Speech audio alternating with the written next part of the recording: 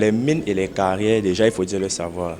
Les deux sont des exploitations minières, mais elles sont diamétralement opposées. Les mines sont les gîtes de substances minérales. Par contre, les carrières sont les périmètres d'exploitation des matériaux de construction. Étant donné que le Cameroun est un pays en construction, est un pays en chantier, il faudrait donc optimiser les techniques d'exploitation afin de pallier au flux et combler la demande. Maintenant, le but donc des structures et des nouvelles sciences, c'est de permettre aux exploitants, aux multinationales, d'augmenter leur production afin de satisfaire tous les opérateurs, en particulier les génies civils, parce que les carrières concernent principalement les matériaux destinés à la construction. Maintenant, dans le cadre du développement économique du Cameroun, les carrières, étant donné qu'aucune mine n'est à l'étape industrielle au Cameroun, les seules industries à grande échelle que nous rencontrons sont les carrières industrielles, c'est-à-dire les carrières qui font usage des explosifs pour l'exploitation.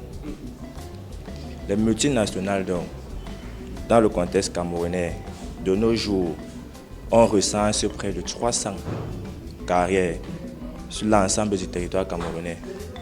Ce qui voudrait dire qu'il faudrait mettre un accent particulier sur cette industrie en attendant les grandes échéances comme annoncé par le président de la République lors de son précédent discours le 11 février, portant sur le développement socio-culturel, développement économique et une jeunesse participative au développement industriel, au volet des projets comme le projet de Mbalam, le projet de Kribi, exploitation de fer, qui va connecter deux pays, à savoir le Congo et le Cameroun.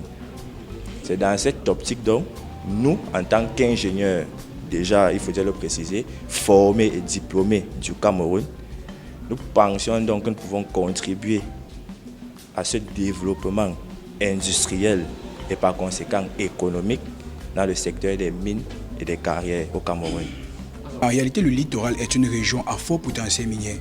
Peut-être pas en or, peut-être pas bref, des minéraux précieux, mais en termes de granulats, la région du littoral est une zone à fort potentiel. La mine, la petite mine. Et Douala se situe aujourd'hui comme l'un des consommateurs les plus importants de granulats au pays. Donc ces différentes carrières-là ont donc poussé de multiples écoles à former des filières, à créer des filières mines. Par exemple, l'UIT, l'ISTAR, l'ISTAMA, Polytech de Douala, ils ont créé des filières mines et pétrole.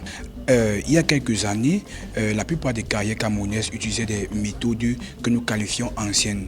Aujourd'hui, il y a de nouvelles sciences telles que l'intelligence artificielle, des simulations séquentielles qui permettent de prévoir, par exemple, les paramètres d'un tir afin d'optimiser les résultats finaux.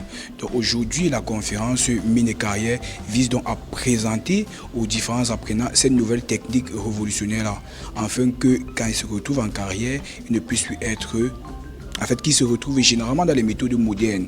Donc on aborde des méthodes modernes en carrière qu'ils puissent facilement se retrouver.